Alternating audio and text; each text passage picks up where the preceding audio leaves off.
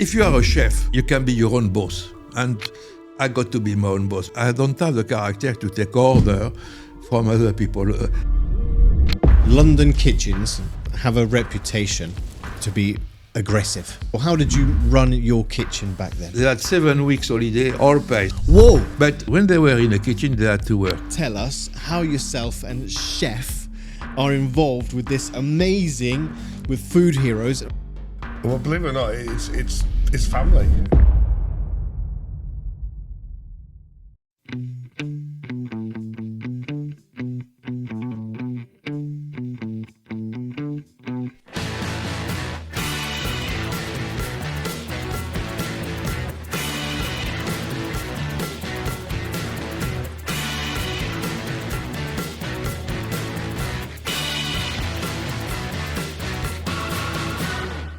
Welcome to the final episode of what has been an extraordinary season. Over the past months, we've had some remarkable conversations, incredible stories, and culinary inspiration. But we truly have saved the best for last. Today's guest is someone who has left an indelible mark on the world of gastronomy, a true legend whose influence spans decades and continents. When you think of titans of our industry, his name is always near the very top of the list. So you know the hit series The Bear? Well, he is the original bear. A lot of chefs used to give him that nickname way before social media or even the internet was even invented. He has not only redefined what it means to be a chef, but also inspired countless of others to achieve greatness. In fact, some of those renowned chefs have had the privilege of being mentored by him. And so these are the greats. I'm talking about people like Marco Pierre White, the first British chef to earn 3 Michelin stars. Another one, Tom Aikens, known for his artistry. And friend of the show, Jason Atherton, the mastermind behind a global restaurant empire. Their incredible careers have one common thread: this man's guidance and inspiration. Our guest is one of the rare few to have achieved the highest culinary accolade in the world. As you know, 3 Michelin stars. An achievement that has cemented his place in history. But his influence extends far beyond awards.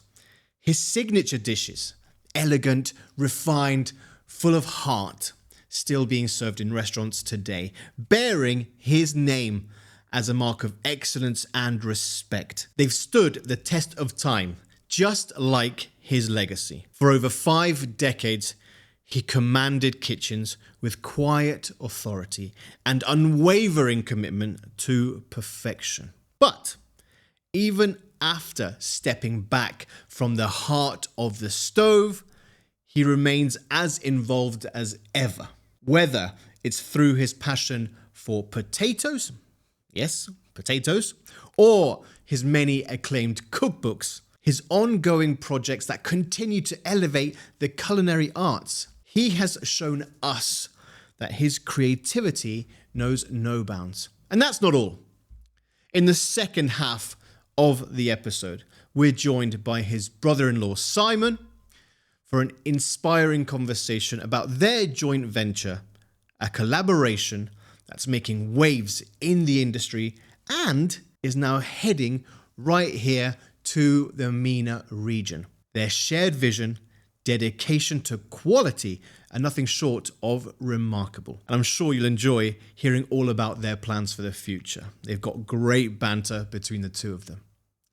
Now, it is rare to meet someone whose career has shaped not only an industry, but also the lives and aspirations of so many. I have the privilege of welcoming a true giant of gastronomy, a chef whose work has inspired generations, and someone I personally hold in the highest regard. Culinary brothers and sisters, please join me in welcoming the one and only, the legendary Pierre Koffmann.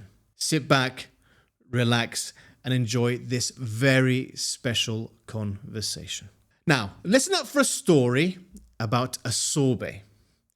For the last time this season, time to rock and roll. I'm Chef Pierre Koffmann. And I'm Simon Martin, CEO of the Food Heroes. If you like the podcast, please share and subscribe. Welcome back to the Chef JKP Podcast. And on the show today, we are honored to have the incredible and inspirational Chef Pierre Koffmann. Welcome to the show. Thank you very much. First thing, can I ask about your first or favorite childhood food memory? It's quite not an easy answer because I got so many, as a French person, food is primordial. We had quite good food, I was happy. But I had few memories, mainly with my grandmother, saying that my mom was a very good chef, not a chef, she was a very good cook, but she was not a professional.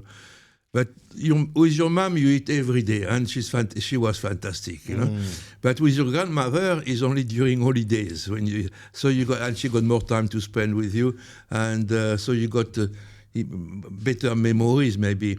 And they were farmers. They had a little farm in Gascony, so everything was completely different from living all the year.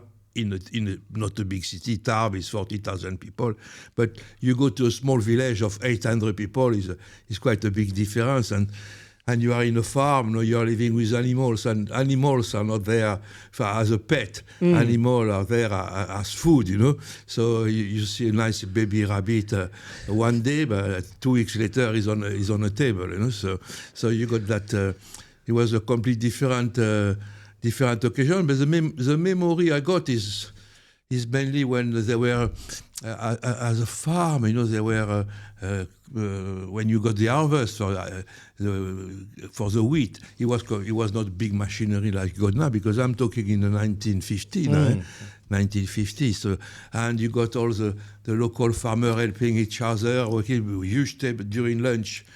You got big table of 30 people, and only the men are eating. The ladies, the farmer wife, are preparing the food and serving. So as a kid, that is a fantastic memory, Wow. Just for people who don't know that location, where was your grandmother's village? So my grandmother's village was called Saint-Puy. So it's in the department of Gers in France, in Gascony. So about west of Toulouse, 100 kilometers west of Toulouse. Wow. Yeah, between Toulouse and the Atlantic. And did you often get involved with preparing the food when you were a child? As a young person, no. I was helping to slaughter a chicken or animal like that, but not to prepare the food. It was mainly my grandma. It was completely different people. If you talk sometime now with young chefs, they think you are cuckoo, because it was completely different.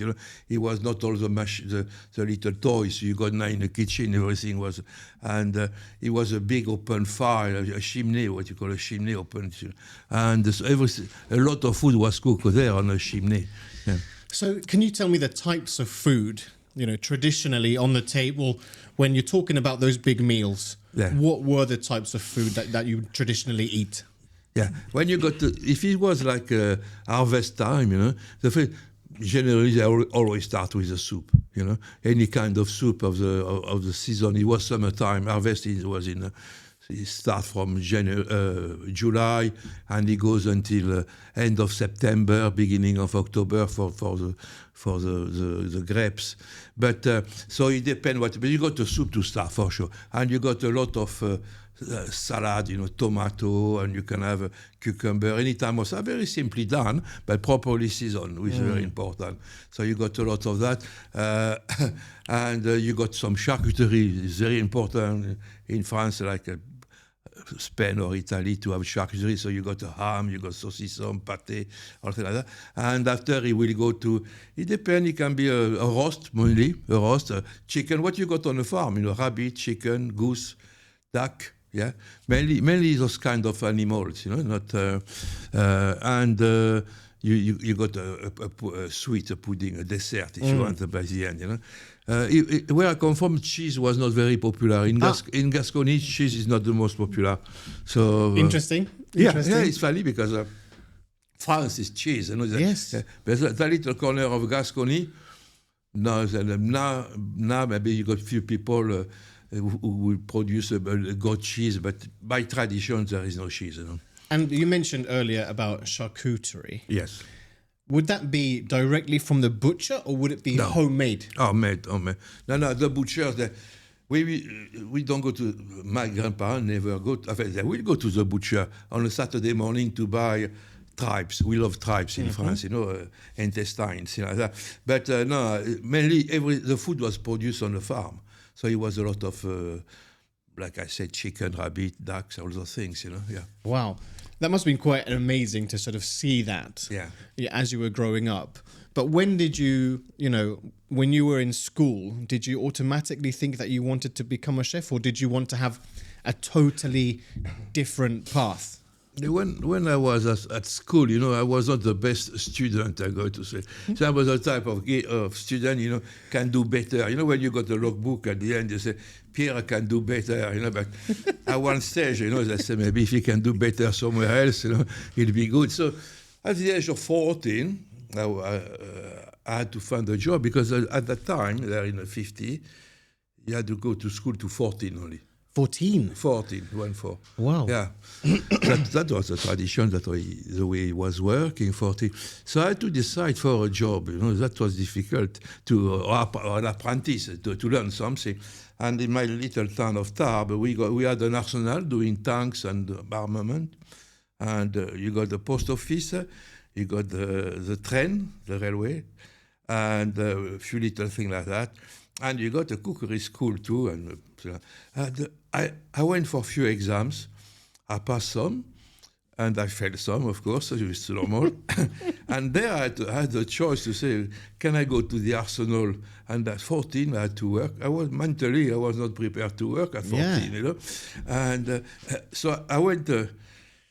I never know if I went because of cookery school was still a school, or because I was in love with cooking. I was in love with food because we had a lot of food. But I chose to go to cookery school.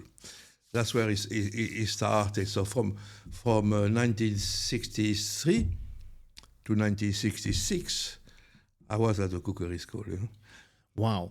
So and when you went there, was it love at first sight? Did you enjoy it, or did it take you a little bit more time to sort of get warmed up? No, it was not love at first. I enjoy it because if I do the job since my young age, when I was doing something, I will do it properly. When I was working with my grandparents, for example, and they will give me a job to do, I make sure what I think. I hope so. I was doing properly because to do a good job it doesn't take more time than a bad job at the same time. So I always had the thing to be clean and properly. So, but it was not love at first sight, But it was a job, and when you are young at learning, I come from a working class people, you had to find a job, and I was very happy with that job. You work with food, it's fantastic. And yes, but love came for cooking. The passion, not the love. Maybe I had always a love, but the passion came a bit later on, And because you had 3 years there, then you went to Strasbourg and Toulon, right? Yes. And so what were the jobs that you're doing there? So that was your first sort of professional kitchen? During your 3 years, you got to work too. So during your big holidays, you had 2 months and a half holidays. Yes. 1 month will be to work as a work experience. The first year was working in a dining room. The second year was working in a kitchen. On the third year, when you finish your study, you choose the one you want to. If you want to be a waiter, because you learn everything. If you want to be a waiter, you go to the dining room. If you want to be a chef, and I went to the kitchen because that was a dining room was not meant for me. It's often, I didn't like it. So I went for the cooking. And from there, the last work experience was in Strasbourg. So it was supposed to be for a month. And I stayed for 6 months in Strasbourg. Wow. Strasbourg is a beautiful city. And you are with young people, first time you really work. First time you really work is I enjoy it. From there, from Strasbourg, after you go to do the military service in France at the time. It was obligatory. Yeah. Okay. In that time. So I went to, I had a little job in between, but I went to Toulon. So I did my Toulon in military service. Lasted for 18 months. But it was fantastic. I was in the little fort on the seaside. It was a kind of you don't get a lot of money, nearly nothing, but it was fantastic. They give you 1 packet of cigarette and 20 stamps because at this time there was no mobile phone, nothing like that. So they gave you part of your deal was 20 stamps that you can communicate with your mom. Okay, very good. And were you cooking it for the military service? Yeah, I was cooking there. Yeah, I was cooking, and it was a small place, and it was very nice. You cook, and it was funny because it was a little bit. The chef, we have 3 chefs there, and it was a school for people who, I don't know how you call it in English, timonier we call it in French. They do sign with from one boat to the other. Okay. It was a marine, and we have 3 chefs, and I don't know, maybe about 20, 24. People with, what you call it, not general, but people with the higher ranks. Higher ranks. So we are doing a bit, we are a bit in charge because if they were nice with us, we cook. They will love couscous. People love couscous. But if they were nice, every Tuesday they had couscous. Okay. Yeah. But if they're not nice with us, try to find a problem. They said next Tuesday there is no couscous. He sound a bit stupid, but he works. It was like that because it was a small place. Okay, good. We are doing the menu and things like that. So we had a beautiful time. Yes, yeah. At the time I played. Toulon was a good place for. A beautiful place, Toulon too, and they had a very good rugby team. And they still have a very good rugby team. Yes. And I used to play for Toulon as a young man, so I had a beautiful time in Toulon. I really enjoyed it. And normally it was a year military service, but playing for Toulon, I break my leg, so I had to do 6 extra. Because I was still in charge looking by the army, I had to do 6 extra months just to be discharged from the army. Right. So, and from there, from Toulon, I moved to Switzerland. In Switzerland, in Lausanne. It was very nice again. I really enjoyed it. Switzerland is a beautiful country, Switzerland. People are a bit slow, but it's a very nice country. And I stayed about 7 months in Switzerland, and I wanted to see England. That was a dream of every Frenchman. We want to see the French to beat the English. So when did you decide to make that move? Because it's quite big. Yeah. But while I was in Switzerland, I did all my paperwork to go to work in Australia. So I was ready to move to Australia. And I said, before I go to Australia, I got to go to Twickenham to see a rugby game. I think it was 1970. And in France we got a newspaper called L'Hôtellerie, and you got a lot of jobs. And we found a job in London, a restaurant. So I applied, go. I said, I'm going to stay for 6 months. 6 months is okay. By that time, I'll go to see the rugby game, and after 6 months, I fly to Sydney. And so I went there, and by chance, in a way, the job I found was at a restaurant called Le Gavroche, who was the top restaurant in London. I didn't know it was a top restaurant. It was pure luck, because at the time, the food in England Yes. in England was a disaster, a desert. So that was in the 70s, right? Yeah, in 1970. So we went to. I went to see the rugby game. I think in my mind, I'll have to. I think we won that game. Okay. Maybe I make it. I make it. So nice. the trip was worth it. Yeah. Maybe I make it. I don't remember. And 54 years later, I'm still in England. So I really enjoyed it. It was fantastic. Gavroche was a nice place. It was a top restaurant in London because it was the rest was terrible.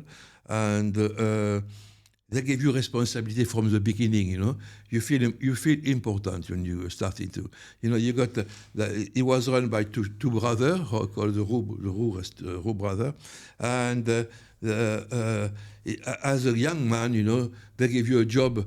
You come from a commis, 6 months later, you are sous chef. 1 year later, you can be the head chef. That was the attitude in how he works in London. So I stayed for 1970, yes, Gavroche. I was at Gavroche, and after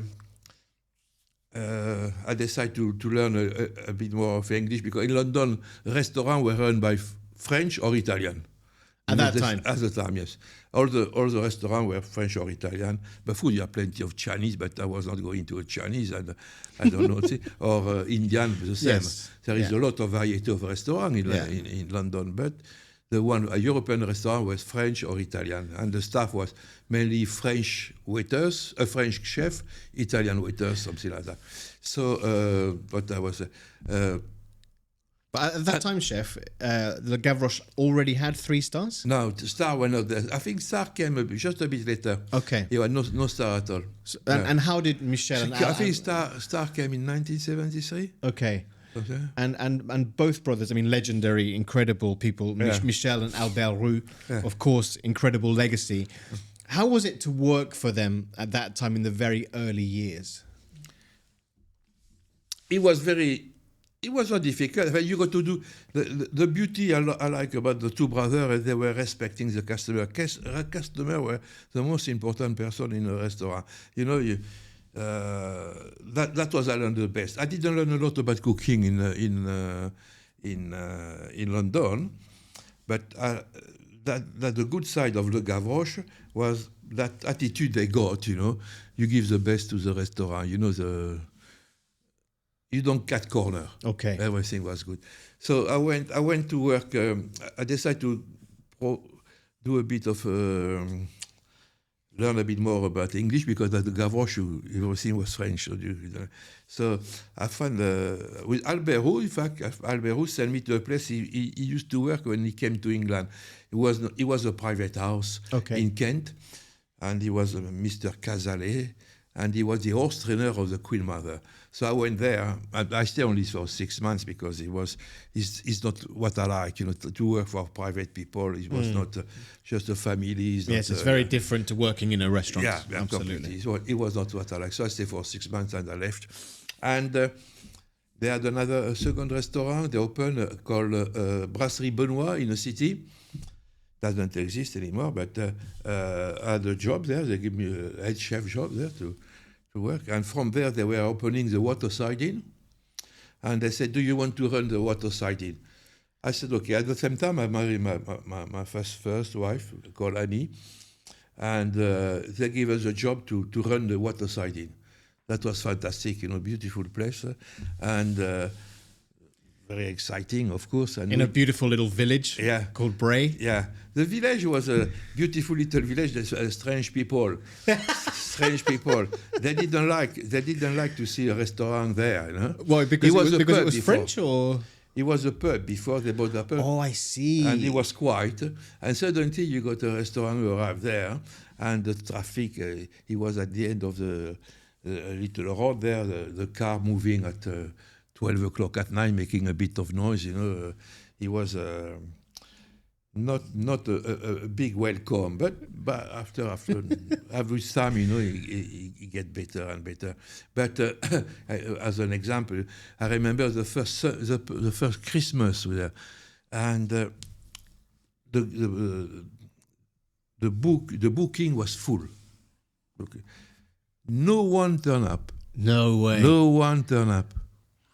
So it was all done. We think, we don't know proof, but we think that was done by the village. Wow. No one turned up. How crazy is that? Yeah.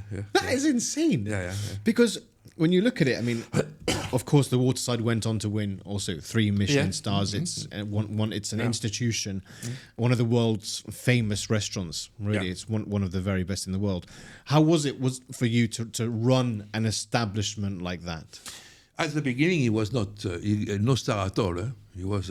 I went there. I moved them in 1972, and I stayed there until 1977. So. Little by little, the first year we had 1 star, second year 2 star, and by the 4th star, the 3rd star, I don't know when he arrived. So we managed to get 3 stars. But it was a different period of Michelin. Michelin at the time was more based on food, the taste and the ingredient and things like that. Now it's more on. He's not a critic, but it's because he put dot, and you got a tweezer to put a flower there and there. It's completely different. So we really enjoyed it. It was a small team. We were 4 or 5 in the kitchen. That's all. That's it. And now there are 24. You know. Yeah. So, and it's a big place. You've been to the? I've been to Bray, but I haven't been to the Waterside. Yeah, it's a beautiful place. Yeah, and so I stayed there until 1977.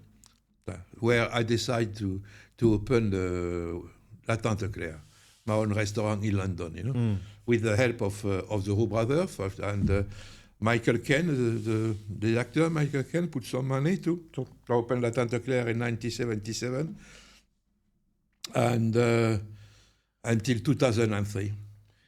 So, Chef, that's what I wanted to ask you, because obviously, so you came from France, you were meant to stay for only 6 months. Yeah. You saw the rugby game, which was important, of course. But I wanted to ask you, whilst you were at the Waterside Inn, when did you decide that you wanted to go alone? Because that is part of. If you are a chef, you can open. That's the beauty, you know. You can be your own boss, and I got to be my own boss. I don't have the character to take order from other people. I stay so long with the Roux brother. Yes. Because I was in charge. I was my own boss at the Waterside Inn. You know, they will come, and sometimes I wanted to help. You know, they got 2 different characters. The 2 brothers. Yes. One was working hard, Albert Roux. And the other one, Michel, was more of the artistic side, you know, blah, blah, blah, blah, blah, blah. Nice person, boss, nice person, but a lot of blah, blah, blah, blah, blah, blah, you know. And we are short of, like I said, 4 or 5 chefs. So in summertime, it was a big busy place. So like Albert will say, oh, I'll come to help you. And I don't like that, because in the kitchen you got 1 chef, not 2 chefs. So he will come and he said, can I help you? I say, yes, chef, you know, we got to peel potato. Can you do the bag of potato? He did it. He did it. He never asked me after. But he did it.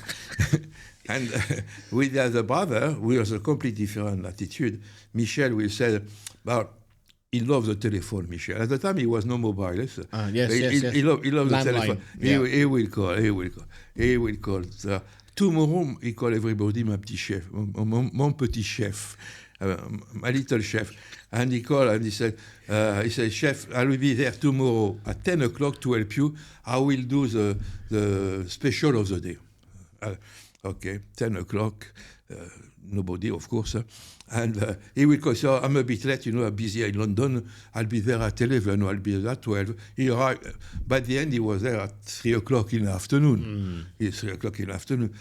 When we are ready, I always love to have a break in the afternoon. Always. Yeah. So we are going to have a break. Michel arrived, you know, and he said, oh, can you do me that? The other one, can you do me that? Come do that. And he was back on the phone. So I was saying, I said, chef, please, can you don't come anymore? No, it's no point to come and help us, because it's more problems than. So that's where I managed So that's why I stayed so long in the Gavroche, in the Waterside Inn, because it was my own restaurant. But what was the direction of food that they wanted you to do back then? I got no direction of food. I was doing the food I wanted to do. I had to do my own menu. I would do my own menu, and I would present it to them, and they will agree with it. Sometimes they will, we talk about it, change a little thing, but most of the dish were from me. It was a different. It was. I don't think they still have any dish left from that time because it was a long time ago now. But we had a fish pâté, for example. Now nobody eats fish pâté anymore. It's out of fashion. There is a lot of fashion in food too, So a lot of those things, if you try to do it today, I don't think maybe it won't work, It was a lot of puree of vegetable, puree of carrot, puree of that, like a baby food, it was fashionable. So it changed a lot, food. But the quality of the food was there, you buy only the best fish, the best meat, and at the time, you couldn't get like a fantastic chicken in England, and still now it's the same, But now you can import food from France or Italy or Spain, doesn't matter. But at the time, it was not possible. You couldn't get anything. So we never had foie gras, for example. We never had a poulet de Bresse. Or like that. So we use the local, what was local. England is very good for meat, lamb, beef, all that, fish, because it's an island. But that's it. The rest is not fantastic. So then the decision came along, 1977, La Tante Claire. Did you, because it must have been, you were cooking the food that you wanted to cook at the Waterside. So then what was the direction of food at La Tante Claire? So when I decided to open La Tante Claire, I was married with Annie, and I decided I would not take any recipe from a Waterside Inn. So all the recipe. That's where I decided to put. I had what we call, I call it an andouillette of turbot, who was a thin slice of turbot with a bit of smoked salmon and some piece of turbot again, bind with a mousse and roll it looks like a sausage, like an andouillette. And at dishes like that, I had the John Dory fish pâté, was very, very good. But I decided to put a pig trotters. Because I like pig trotters, and the English, they don't like pigs. They didn't like it at the time in the 70s. That type of food was for the dogs, not for the customers. Where in Europe you eat everything. So when you open a restaurant, the advice I will give to people is don't do what the other people do. It doesn't. You got to do something which is completely different.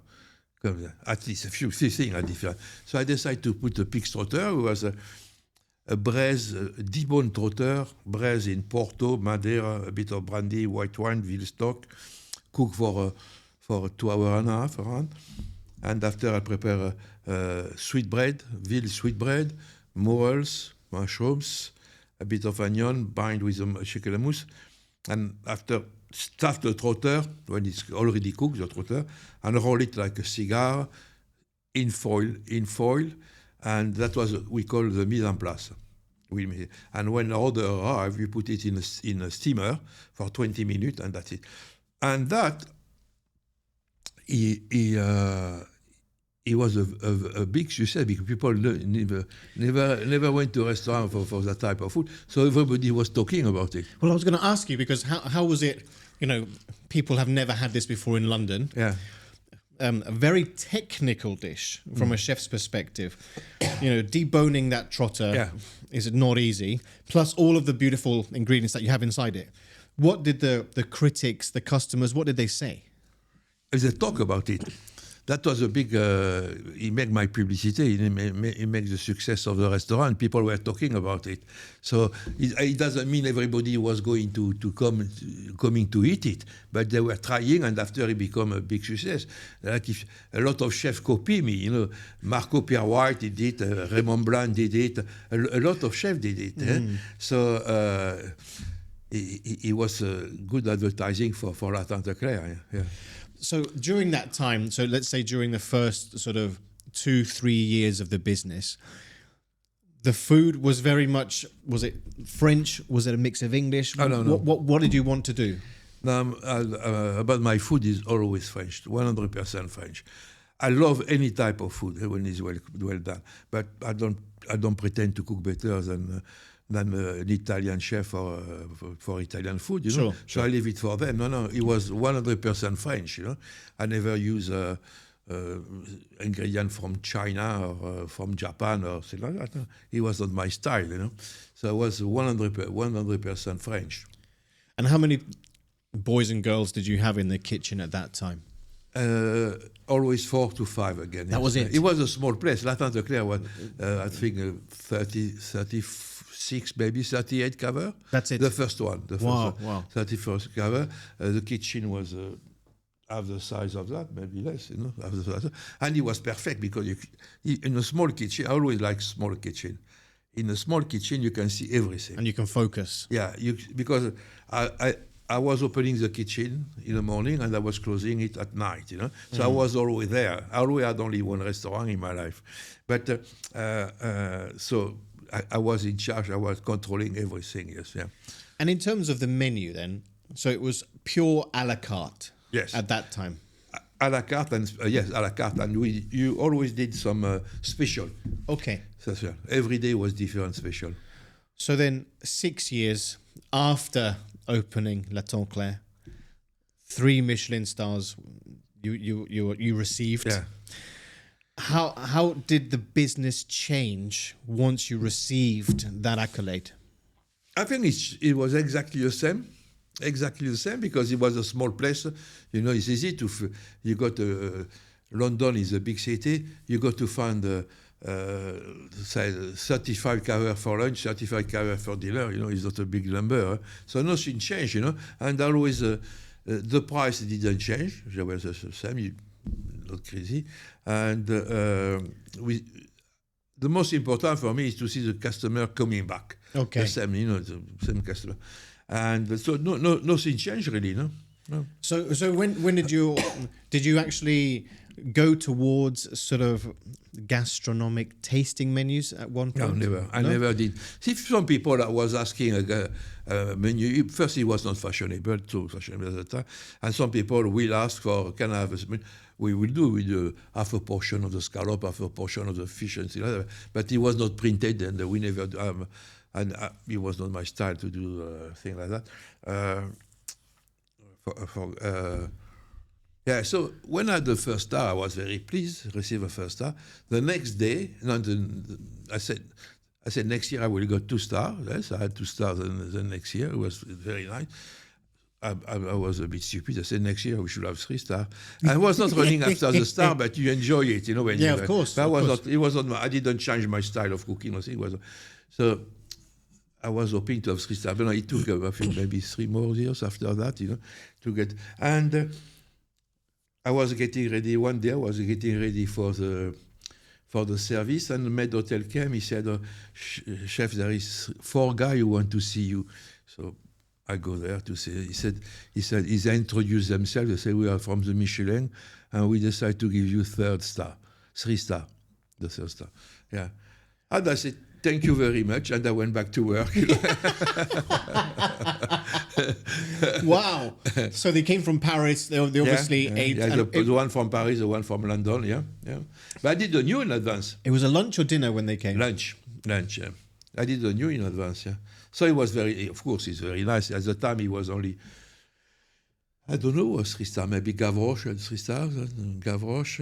It was only a handful. Yeah. Very, very small. Nico I did, but maybe after or before. I don't remember if after or before. Nico, what is his name? Marco was well after that, So, but the other thing is that, you know, there are so many amazing, I call them legacy dishes, you know, the trotter, the souffle that you do, you know, there are so many. But what's I think is amazing is that when you look to those dishes, they look potentially very simple, but it's not that. It's the technicality, the technicality of the ingredients and what you do. It's very pure, and I don't think many chefs were doing that back then. Because also, when I look at the list of chefs that you've had come through your kitchens: Eric Chavot, Marco Pierre White, Tom Kitchen, Jason Atherton, Tom Aikens, Paul Rhodes. I mean, I can go on and on. You know, but they said that you had a very particular style. And also it was quite tough also to get into the kitchens, because back then a lot of chefs wanted to be at La Tante Claire. And it was not a big choice about restaurant. You got to remember that, you know. You had maybe 5 very good restaurants in London. So I had chef, but I had like, if you take Marco, who is famous, you know, he worked at the Gavroche, he worked with me, he went to Raymond Blanc and so on. You know, the chefs were moving. He said, he was a parcours du combattant. I don't know if you call that a little bit, because he was not easy at the time. And but I had some chefs who become very fantastic. Some we came only for 6 months. Maybe one of the best one I had, Eric Chavot. People don't know very much Eric Chavot, because he's amazing. Also, he was the best of the best, Eric Chavot. And Tom Kitchen, when he came, he was 18. He came with from Scotland. He came with his mom, and he had long hair like that, you know. Long hair. It was fashionable in Scotland, maybe, but not in London anymore, you know. So, and he was like, I consider Tom a bit like my son, because he came as a young guy, and he's a gentleman again. He's a very nice person. And he came, he said, "Chef, you know," we were talking, he said, I cannot find a girlfriend," he said.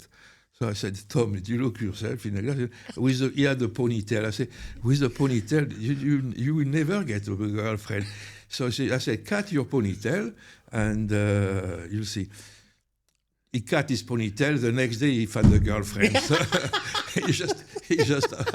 So it was great advice. Great advice. He was a very good advice. Yes.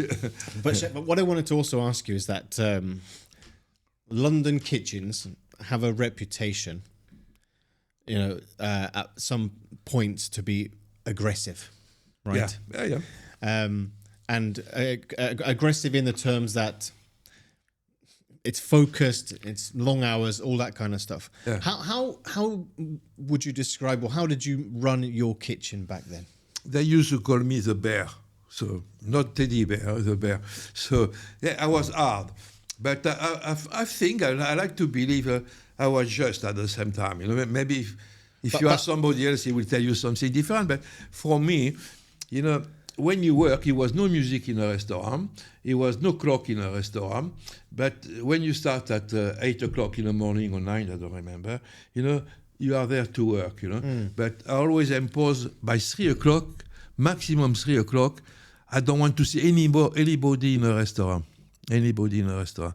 They'll have to take a break from 3 minimum to 5. Okay. So they had a split shift. Yeah, it was like an army. Gotcha. We are running maybe like the captain of the rugby team, maybe because I enjoy that. But it was more like an army, you know. And after you used to come back at 7, and until the end, it can be between 11 and 12. Friday was, but in Compass on the other side, we are closed Saturday and Sunday. It was quite new for London. So they had the weekends off. Weekend off. They had 2 weeks at Christmas, closed for Christmas. Nice. 2 weeks at Easter, 3 weeks in August. Whoa! All pay. So they had 7 weeks holiday, all pay. I'm talking in 70, 80, and that's very nice. 90. Yeah. So, but when they were in the kitchen, they had to work. You know. They had to focus, right? Yeah. Because that's the other thing, is that I think that's what people don't understand when you're there and you have that level of, well, again, 3-star Michelin is not a joke. Yeah. It's a serious game. And that level of focus and that level of detail is very, very important. Yeah. You know, so I think to go into those things, and also as I think during the 80s and 90s, more newspapers and more gastronomy and more television was coming into the light. Did you allow many cameras into the kitchens back then, or many journalists? No, the kitchen was small. Journalists too, maybe one or two, you know. I spoke with journalists, but no camera in the kitchen. It was not really fashionable. I don't know when it started to pick up, you know, those cookery program and all that. You know, I thought it was completely stupid, the cookery program. I was wrong, of course, because now it's one every day. So I was wrong on that, but no, I never did a lot of TV myself. I did a Saturday Kitchen a few times, something like that, but maybe 3 times or 4 times, but no more than that. I don't think I was good on TV. I was not. I didn't feel free on TV, you know. So I decided not. And my place where I was happy, it was in the kitchen cooking. Yeah. So then in 1997. 98, you decided. 98, you decided to sell the restaurant. Yeah, because the day before my wife passed away. So, and I don't know which reason. I don't know if it's because Annie passed away or because so I'm a bit stupid, you know. At the same time, you know, I like if I have a toy, I like to break the toy, you know. So I like to break it into pieces. I cannot put it back together, but I will break it into pieces. But so I decided to move. So I moved to the Gordon. Gordon came. I sold my restaurant to Gordon, and I moved to the Barclay Hotel. But very different locations. And, because you have Chelsea. Yeah. And then, you know, you're in the middle of Knightsbridge. Looking back at it, it was a mistake. But it's a mistake, I live with it, it's not a problem. But it was a mistake, I should have stayed there. But, you know, I like to, that's it, it's done, It's done. That's right. And so I moved to the Barclay Hotel. It changed completely. I thought, you know, moving to, you know, all the customers follow you. Very few customers follow you. No, because I don't know why, I cannot explain why, but the one you come to Chelsea doesn't go to Knightsbridge. Really? Yeah, that's right. Very strange. because maybe because he was inside an hotel, but we had a private entrance, completely different. I don't know, because in the head, I can't explain it. So just a question, Chef. You say, so you had, let's say, 38 seats at Royal Hospital in between, Road. I forgot to say, in between, I don't know, it was in 82, next to the original Tante Claire, it was a little, the same size building, in fact, and he was a builder there, an office, and we bought it. We bought the place and we expand the restaurant. So we double the size, we double the kitchen, we double the dining room, but we I think it was only 42 cover. 42 cover. Okay. So not really the number of customers, but we give more spaces. Yeah. So how many? So you went from, let's say, those 42 covers in Royal Hospital Road to then go into the Barclay, which is a big historic hotel. How many covers did you 65. have? 65. And did the food change dramatically because you had almost double? I mean, the food didn't. There is always a little change, you know? But not a lot of change. No, maybe few dishes, but no, it didn't really change. I carry on cooking. We still had the pig slaughters, but a few dishes change with the time, of course. But because it's quite an amazing journey, to then go. 5 years you stayed open, and then you sort of decided to close in 2003. Yeah. Why was that? Like I said before, I'm a bit stupid, you know. And I decided, I don't know, I took a very good life insurance, when I retired. And I was paying a lot of money for that. But I said, one day, I'm going to die. I got to enjoy all that money, So I had that on one side. And I sometimes had the vision to put on a door, you close your restaurant, you put "gone fishing." There's a thing like that. And I decided to do it. So I stopped the contract with a Barclay, and I retired. So I was living alone because my wife passed away before that, and with a friend, a very good friend, we decided to travel. So I went to.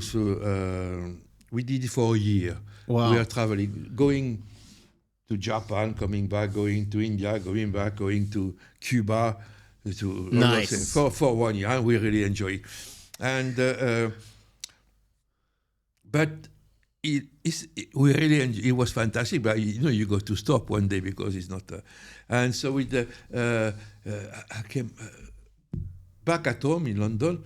I was in bed until 9 o'clock, and 9 going for a cappuccino, for choosing the restaurant where I can go for lunch, coming back home for a little siesta after lunch, and going to see the girlfriend after that. And but I said, Pierre, that's completely stupid. If you carry on that in 2 years' time, you are dead, because it's not a good thing to do. So I decided to go to work again. So I did some consultancy. It was nice, but consultancy was is not for me. You explain stuff to somebody, you make sure they do it properly, you turn your back, you come back, it's not that, so I didn't enjoy it. So, but I did it because it was good money and it kept me busy. And and after I met Claire with my wife, actually. And what I wanted to say is a lady, a food critic, who I forgot the name, but she's still alive, sorry. And she had a Selfridge, the Superstore Selfridge? Yes. Yeah. They asked me to do a week cook. A pop-up. A pop-up. Yeah. Call it a pop-up. I said, okay, I'll do it. And they did a beautiful, on the roof of Selfridge, they did a beautiful restaurant. The kitchen was correct, not the top, but correct, easy to work. But the restaurant, they did under a tent, and the decor was fantastic. It was very, very good. And that was, I think it was 2010. Yeah. They approached you. Yeah. Okay. They approached me.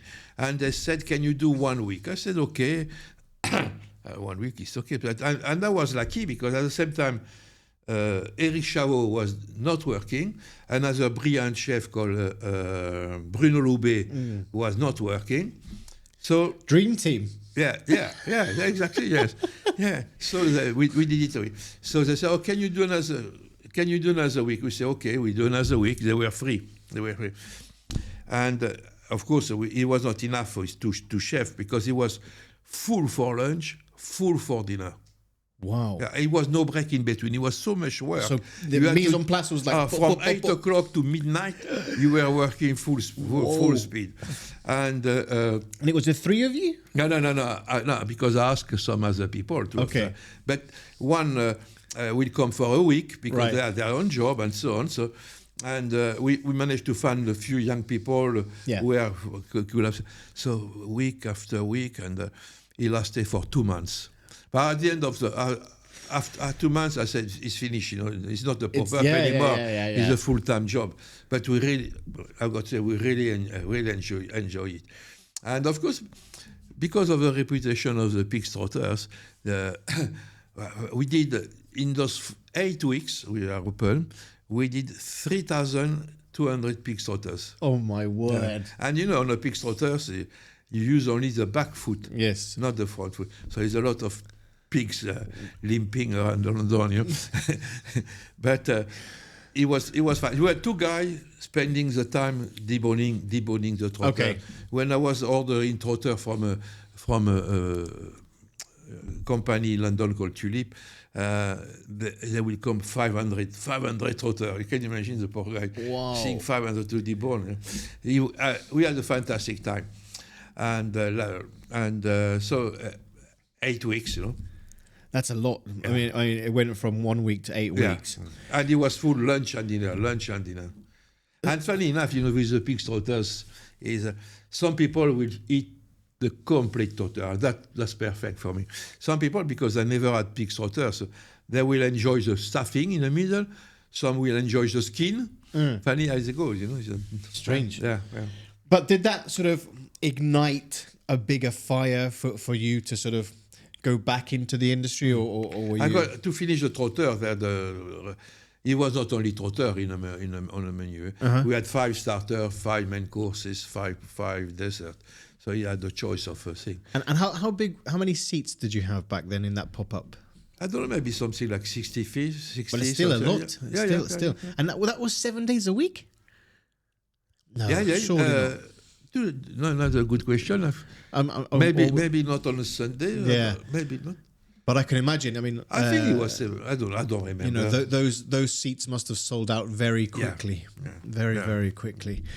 But so then, from all of the your sort of achievements, when you look back, what would you say are sort of your proudest moments within hospitality?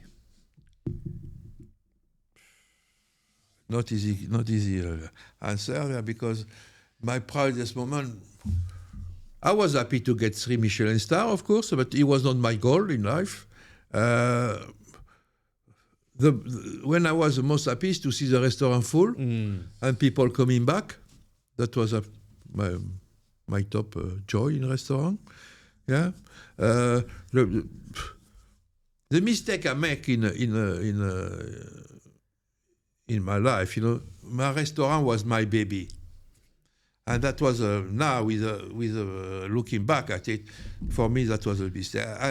I forgot a little bit my family. Not a little bit. Sometimes I forgot too much my family, and the restaurant was everything for me. So that if I had to start again tomorrow, I will change that. You know, you got to find the balance between the two. You know, yeah. So now I am joined by Simon. Simon, how are you? Really good, thank you very much. So please tell us how yourself and Chef are involved with this amazing, with Food Heroes, because we want to know everything that you do. Well, believe it or not, it's family. It's family. Pierre met my sister 15, 18 years ago now, is it? 20, yeah. We were 20, maybe 21. Believe it or not, on a potato harvest in the middle of a harvest. Claire and I are a farming, wholesaling food family for second generation. So both Claire and I have been in the industry all our lives, working for several different people and mainly into retail. And then obviously when Pierre popped along, we thought, why don't we do something that we actually want to do properly? So we've always worked for big organisations, associations, selling product for retailers that necessarily we didn't believe in. Okay. Yes, stuff grown for yield and how it looks on the shelf, rather than proper quality varieties of products. So we thought, we spent all these last 25 years working for other people, why don't we do it for ourselves? Oh, and on top of that, we've got quite a good chap that we could put on the box. And I wanted to go, first of all, to the name. When did you decide, or how did it come about for you to call it The Food Heroes? I think Claire and I, we debated it because we didn't just want it to be about Pierre. It started with Koffmann, yeah. Yeah, it was going to be Koffmann's, and we just said, and I always had this horrible joke with him, but he doesn't like the French.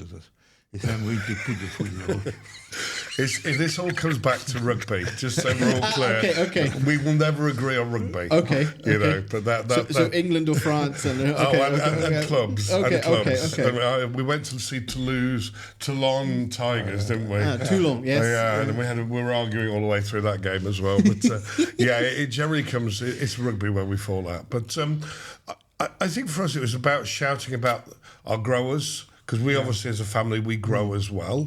And we've got lots of our mates who grow for us. So a food hero could be one of our growers. So a food hero is Pierre. A food hero is Marco Pierre White. Right. You know, so it's about, it doesn't just have to be about Pierre. Pierre for us, apart from being the family member and the starting part of the business, you know, we want to think about where we go in the future. We want to get some really good young chefs, young growers as well. We've got a Cornish guy who's growing, a 19-year-old who's growing new potatoes in Cornwall for us, a new variety that was grown 20 years ago. So that's why we wanted to be about the hero. So Koffmann's was the kind of door opener. We got Tom now. Yeah. Tom Kitchen. Tom Kitchen is amazing. Jason obviously helps. Jason Atherton helps us a lot. He's been fantastic for the brand. But I like to focus as much on the growers as the chefs. But yeah, we've had the best door knocker in the industry. Right. You know, and Pierre stupidly said to me, 6 months ago, wasn't it? On the packaging, you will take my face off the box. I went, never. More than 6 months. I went, never happening. So, you know, we wanted to do things by taste profile. You know, because you go to a supermarket and you can see 25 or 35 different bags of potatoes with varieties that no one's got an idea what they are. So make it simple. But we work only with restaurants. We don't work with supermarket. Huh? Not yet. Not yet. So no, but it's just to help the chef. We did that, you know, because the chef don't know. They knew nothing about potato. They still don't. If you ask a chef to name 10 type of potato, they will say King Edward. Piper, 3, 4, but they don't. And they think, you know, the same potato is good for 12 months, you know.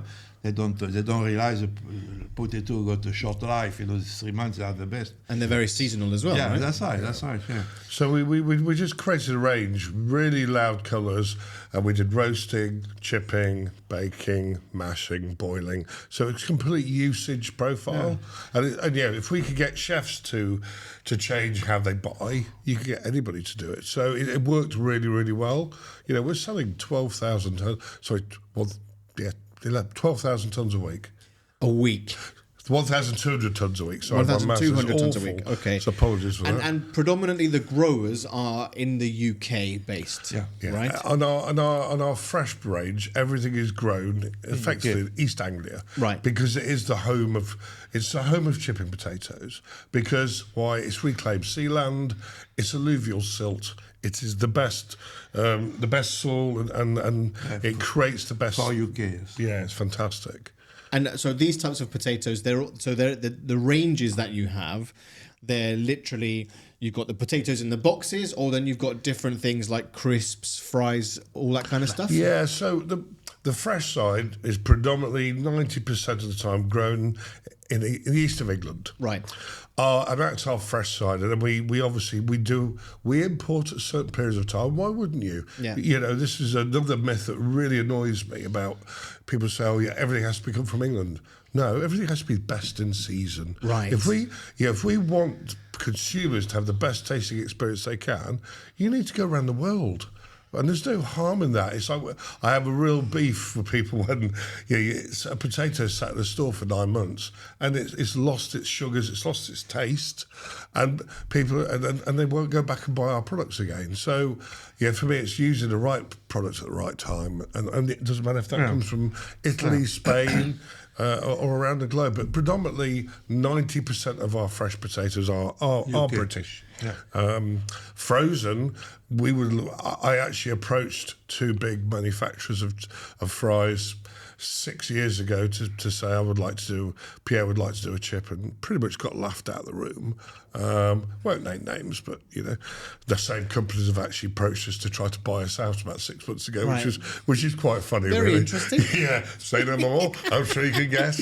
But no, and then but we met a wonderful family in Belgium called the Gristo family, and it took us 2 years with them with the technology. Don't get me wrong, we would have loved to make them in England, but we can't, and that's a fact. The technology they have is amazing. Right. So we used our agricultural knowledge completely, agronomic information. We shared it with them, but with their process of how they triple blanch, double coat, and double fry a chip, I think within the 20 seconds, I think, on the line. Yeah. It's completely unique. I should probably be telling it. But it created this super crunchy, amazing fry that Pierre wants to put his name to. And, we were just entering our 5th year now. And I think last week we did about 35 trucks around the world. What I think is also very, very interesting, not just from a chef's perspective, but also from a consumer's perspective, is that for me, I think potatoes is one of the most underrated vegetables, whatever you want to call it, tubers on the market, because, as you quite rightly said, the education is not there, number one. Number two, it's incredibly agile in terms of what you can make with these beautiful things, and the seasonal piece. I think we don't treat it enough. So I think that's the other thing, is that I want to sort of understand from your point of view, how do you, when you go to these growers, first of all, how do you vet the soil? How would you go there to understand and to make sure that it stands up to the mark? I think it's a history. I think, we've got 2 or 3 fantastic agronomic people in our team. We've had 160 and 155. I mean, we've tried to get the next generation behind them, but these guys are skilled. They've been doing this trade all their life, and I don't think there's better. I don't think we've got better fieldsmen or sort of a team than what we have. And on top of that, farming is changing dramatically in England, ridiculously dramatically. I think, if I go back to when I started in the wholesale market, I was a barrow boy. I think 1989 I started working for my father. And there would have been about 3,500 farmers of potatoes then. Right. I bet you it's under 300, 250, 300 farmers. The big have got bigger, and the small are packing up because they can't afford to carry on. I think what happened with Brexit, and then obviously with the COVID, everything accelerated. Everything that was going to happen in some stage in the future came at once and hit everybody in the face. And so, to give you a rough idea, an acre of potatoes 3-4 years ago probably would have cost £1,000 an acre to grow. I think it's about nearly £3,000 an acre now. Oh. So if you imagine as a farmer, right, and you're working a year and a half in advance, you've got a store full of potatoes that sit there that you've taken all that risk on, not just with the harvesting of it and the 9 months of growing, then you've got another 9 months that they can sit in the store. Thinking about the financial implications of that for these guys, it's staggering what they go through. And then, God bless them now. I mean, the pressures of, and that's not just for potatoes, other brassica vegetables, alliums, equally, and they're just taking the risk. Frost could wipe it out tomorrow. We're in England at the moment, we're underwater, we've got snow, and literally everywhere is completely flooded. Yeah. Well, that'll wipe the crops out. Yeah, it was too bad. Last 2 years were quite bad, yes. Yeah, so it's buggering out. It's a tough industry, and I don't think they get the appreciation they should. And then you get the stupid retailers at Christmas doing 9p for a bag of potatoes, a bag of carrots, and a bag of onions. Doesn't make any sense. It's just criminal. Anywhere around the world that is banned. You must sell stuff. My understanding is in Europe and France, you're not allowed to lose money. Yeah, not allowed to. You have to sell above the cost of production. Yeah. Right. And they're these idiots. I'm sorry, they are. How's the consumer? And then all they do is end up buying more. Then they throw them away. Oh, they're so cheap. I'll buy 2. I'll buy 3. And then the hassle, the grief that causes the supply chain. and then all the waste goes up. It's just, I have no idea what they're doing. But look, if we talk about the supply chain, specifically when it comes to restaurants, when I'm sort of having a look through your book here, it's quite interesting to sort of see the names that you have for your premium guests or customers. So, of course, you've got the Ramsay Group, Fallow. It's a huge amount of very, very sort of serious players in the game. Who approaches them? Is it yourself, chef, or is it your team? No, they came to us by reputation, because we were mainly Koffmann potatoes at the beginning, So they got so they trust me, they trust the name, So it was quite easy at the beginning. It was quite easy. Unbelievable, he says that. For us to come, we never send a rep to say buy our potatoes. No, we also select really good family regional wholesalers, food service businesses who work with us. Yeah. We don't work, and I'll be honest, we don't deal with the big boys. Refuse to deal with them, right? Because we like family food. The fact that we've got representation around the whole country, but they're small family businesses. I got to say, they trust the name because what we did at the beginning, I still do it now, is we got a blue bag, we got a red bag. The blue bag is only for frying French fry.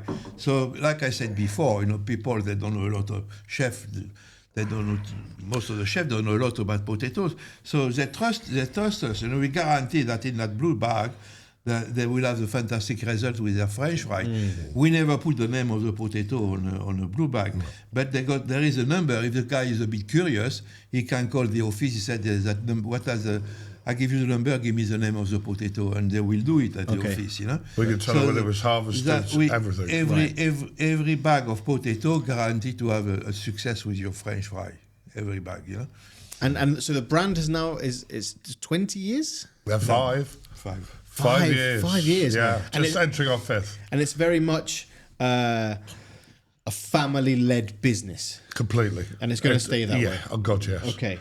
Yeah. No, we really do. Because obviously, my sister Claire, Pierre's wife's very much involved. My wife's involved. Hopefully, one of my boys will be coming into it. Well, one's starting with us. One who plays rugby now is doing part time, so he's doing a bit of work with us on that. I'd love my youngest to get involved, and we'll see. But I think our whole strength and our whole success has been built on our family ethics and the way we do things, and quality. And quality. First, and we don't because you can have a family, but it's shit. So in a bag, they're not going to buy it a second time. Absolutely. So you got to make sure what they got in a bag is quality. But I think Pierre underestimates the power of his own name, and I think, like you said, we backed it up with why you're only as good as your next delivery is the old analogy, isn't it? And you're only as good as what you put in the bag. Yeah. But the good thing is vibrant colours, beautiful looking man on the bag.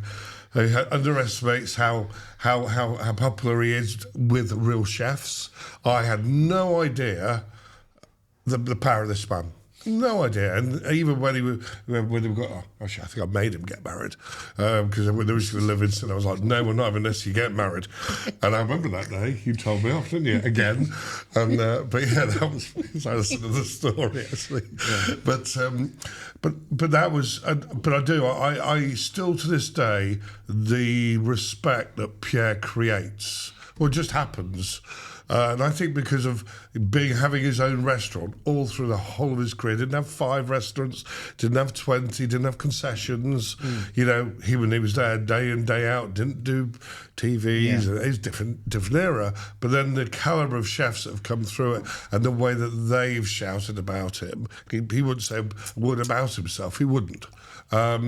And I think that's been a massive success of why the business has done well. Well, also, I was going to say, the fact that, you're now here doing a sort of whirlwind tour of the Middle East, which is amazing. The Rolling Stones. But what I wanted to sort of bring up and highlight is of course, the dining scene within the Middle East, because now the potatoes are available here. Yep. Right, which is really exciting for everyone. As I'm sure you're aware, there are very high-end restaurants within the Michelin game. Obviously, Jason Atherton is one of those guys. Marco is here often. He was here in Abu Dhabi for Taste Abu Dhabi, and he's also going to be here for Taste Dubai. So very prominent figures. But how do you feel about being in this market? Really excited. I think we've been in Dubai. We've been here for a couple of years, and I think probably subtly. And we haven't had much control at this end of it. Right. So we've very much had a wholesaler in over here.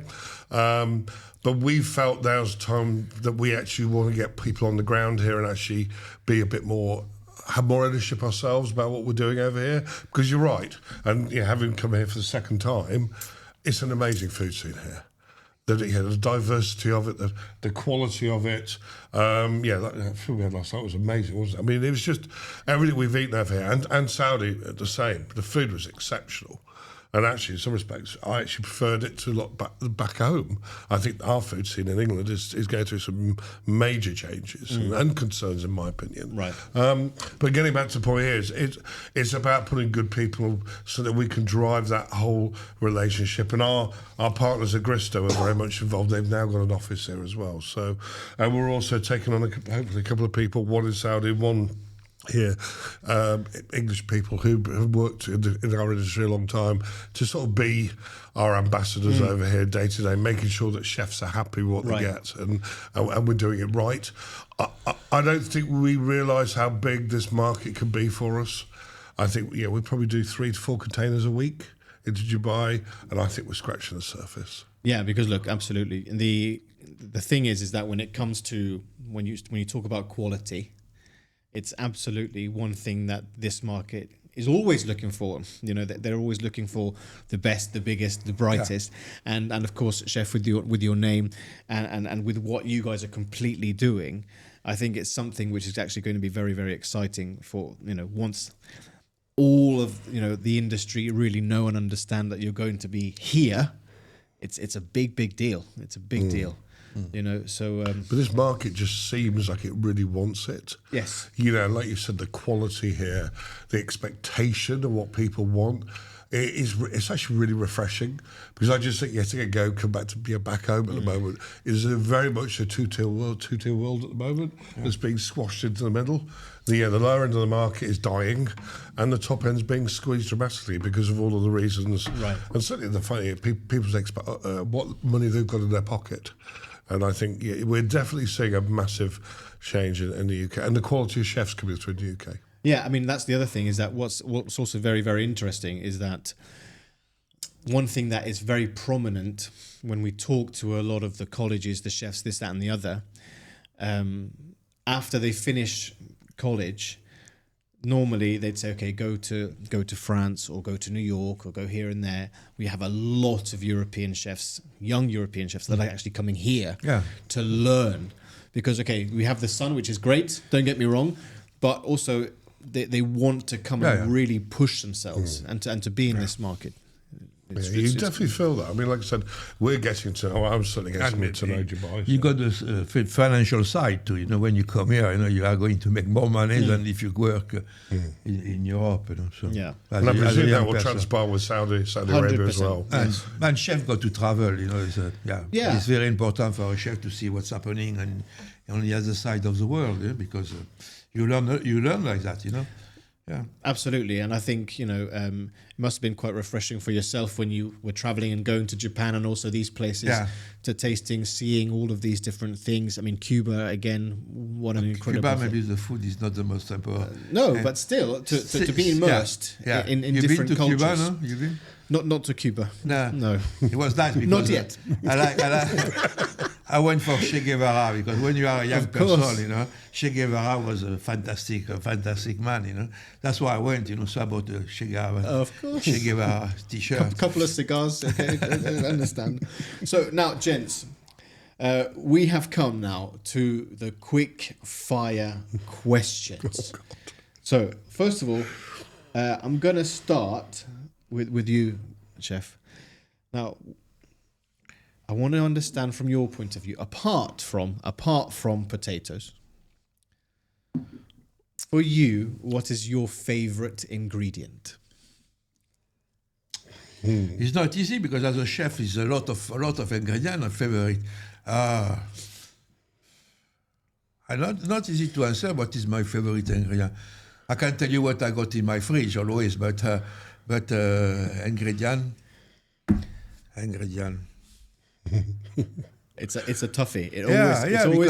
It always gets the chefs. Always. Yeah. Always. The one that you shout about to me the most, the one that you've been more The one passionate I would about. like, I would find.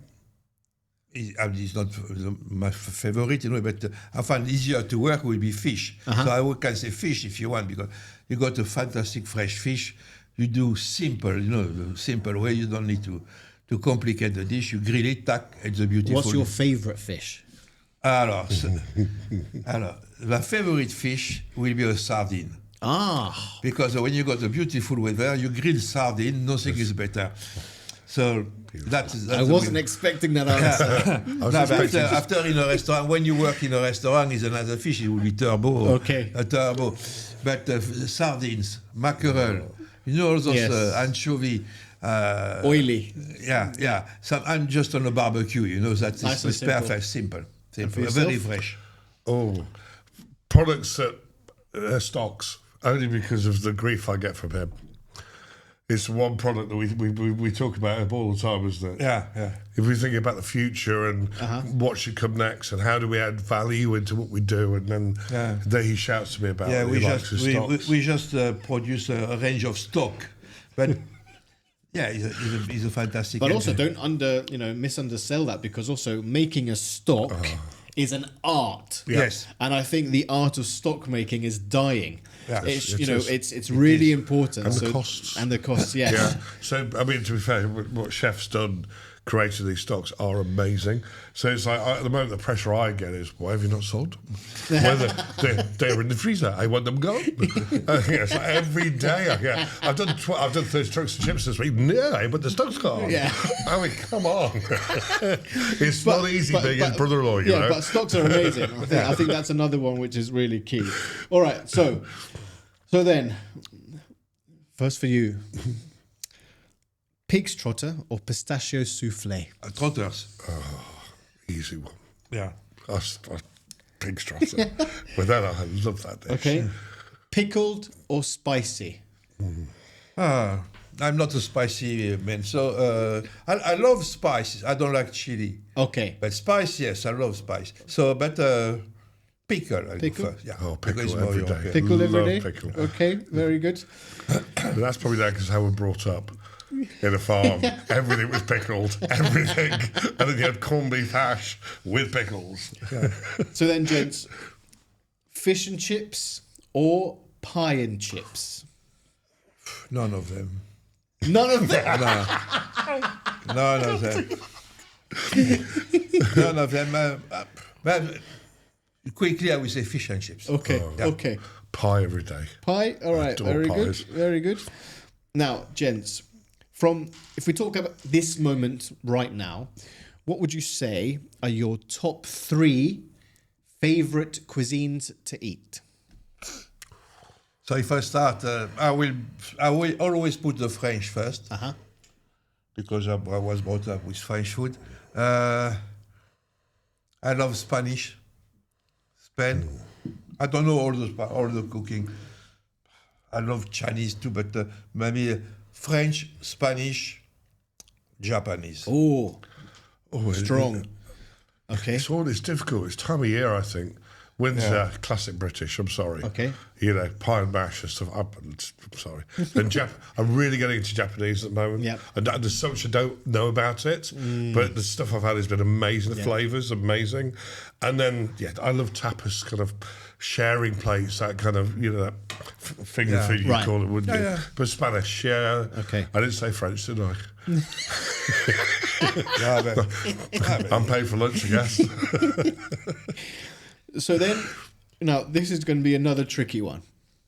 From all of your years within hospitality, whatever that may be, Chef, for you, what would you say has been the funniest, either kitchen incident or restaurant incident that you've seen or been involved in?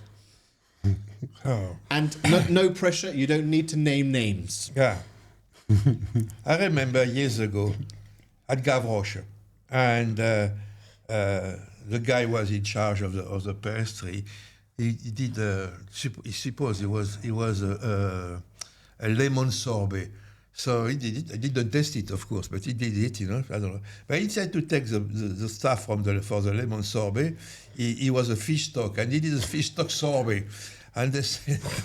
Yeah, Sorry. Well, it's quite original, but Fish didn't work. stock sorbet. Yeah, because he prepared his chicken. He had the fish stock, very clear, and he had a pot with a lemon sorbet stock.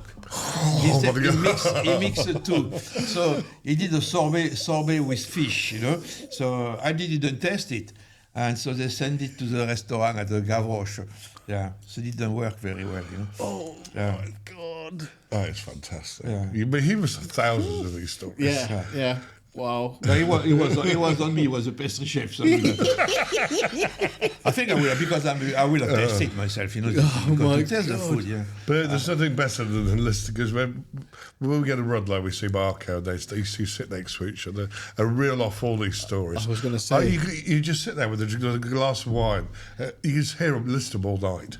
It's legendary. Yeah, And then Tom comes down, and then Tom's amazing when he talks about working for Pierre, for so long, and then the stories about what chefs done, and I just sit there in awe and just think it's hilarious. And I'll just give you one. It's the only one, because obviously I didn't. When you were filming BBC Maestro at Rudlow, and Marco was there, and Marco and Pierre were sat, and I've got a lovely picture of the two of these, and they didn't know I'd done taking the picture, and I've never shared it with anybody, and they sit next to each other, chatting away like two old boys. One of Marco's chefs walks in, about to start service, am I allowed to swear or not, walks in and goes, "Fuck this," and walks straight back out. He says, I am not going near this. Oh my God. It was brilliant. You didn't even know about it. It was so funny. Yeah. Yeah, but I can imagine why he said that, seeing two amazing legends, and... I mean, he did come back and again, did a great service with Fab, but it's just his initial thing of what, because he didn't know they were there. Wow. Yeah. God, it's so funny. Talk about pressure. So then, gents, the other one I wanted to ask you, Chef, for you, what advice would you give to a 16-year-old Pierre Koffmann?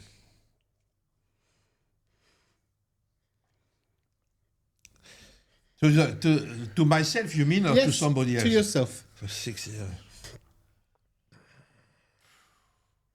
I don't know what to say to myself when I was 16, 16. I enjoy life. Be happy.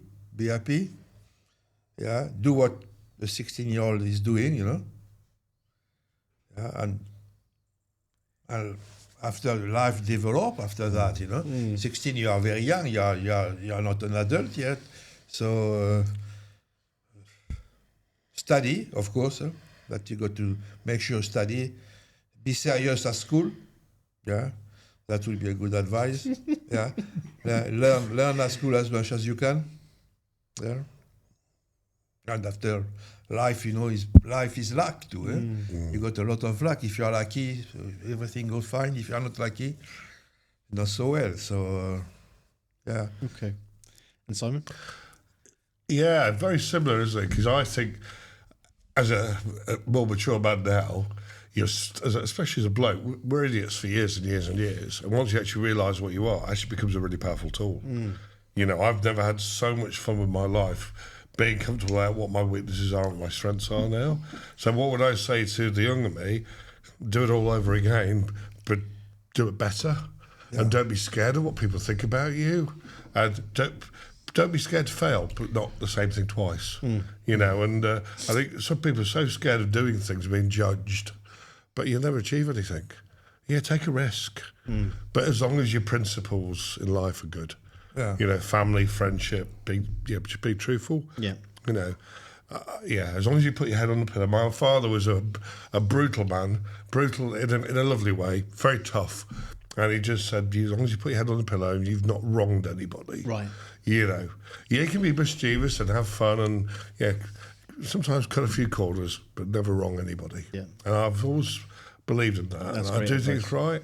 But I do think as blokes, it takes us a long time to realise what we are. Yes. It's true. Yes. God, I get very serious here. I'm meant to go on holiday. No, I'm joking. Pierre, for any young up and coming chef or chefs that have been in the industry for some time, what would be your biggest piece of advice to them? Make sure what you do it properly. It takes the same time to do well than to do it badly. So forget about the bad side of it. Make sure it's properly. I always say to my chef, the difference between a good dish and a bad dish can be a pinch of salt. So always test what you are doing. And you test this once, twice, three, sometimes 4 times you test the same stuff until you think it's perfect like that, Be passionate about your job, It should be your passion in life, Yeah. All right, gents. So I want to say, first of all, thank you so much for taking the time to be here on this whistle-stop tour of the Middle East.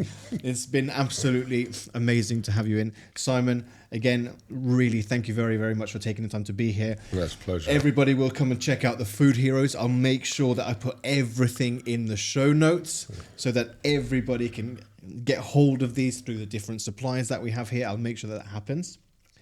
And finally, Chef Pierre, on behalf of the Chef JKP Podcast, on behalf of young chefs and chefs who have not had the chance to say this, thank you very, very much for all of the incredible work that you have done throughout the years in hospitality.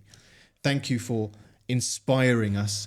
Thank you for pushing us to be better on a daily basis. It really means a lot to everyone within hospitality. It's been absolutely phenomenal to have you here. And I'm really excited to see where the Food Heroes are going to go next. Thank you very much. Thank you for having us. Yeah, thank you. It's been an honour to be here. Thank you so much. And that, my friends, brings us to the end of season 8. What an incredible season it has been. And it's just a phenomenal way to close it with the legendary Pierre Koffmann. Just such a privilege. From his unforgettable stories, his influence on chefs around the world, his timeless legacy, this episode was truly one for the books. It's been an honor to share his wisdom and passion with all of you. Thank you so much to Chef Koffmann and Simon for taking the time to be here on the show. However, Pierre was just the cherry on the top of what has been an amazing lineup of guests throughout this season. From industry pioneers to hidden gems, we've had incredibly inspiring conversations, heartfelt moments, countless laughs. Each guest brought something special, and I hope you found their stories as motivating and as thought-provoking as I have. Now, I cannot thank you enough for your continued support. And the show wouldn't be what it is without each and every one of you tuning in, sharing and being part of the Chef JKP community. It's really incredible. Now, if you've enjoyed the season or the show or the previous shows, please make sure to hit that all-important subscribe button so you never miss an episode. And if you'd like to support the show even more, don't forget to check out our incredible thermos bottles. By the way, they keep your coffee hot, tea hot, anything hot or cold, whatever. Just send us a message on Instagram, on the Chef JKP Instagram, and we'll send one your way. And also, don't forget to stay tuned for some incredibly exciting announcements about the podcast coming live soon. Now, I'd absolutely love to see all of you there. It's going to be truly special to bring the magic of the show to a live audience. As always, a huge thank you to all of our amazing sponsors and partners who continue to help push this show to greater heights. Your support absolutely means the world to us. And finally, to the incredible people and family here at Podster who are making the magic. They are the ones that bring the show to life. Team, don't forget, until next season, food is memories.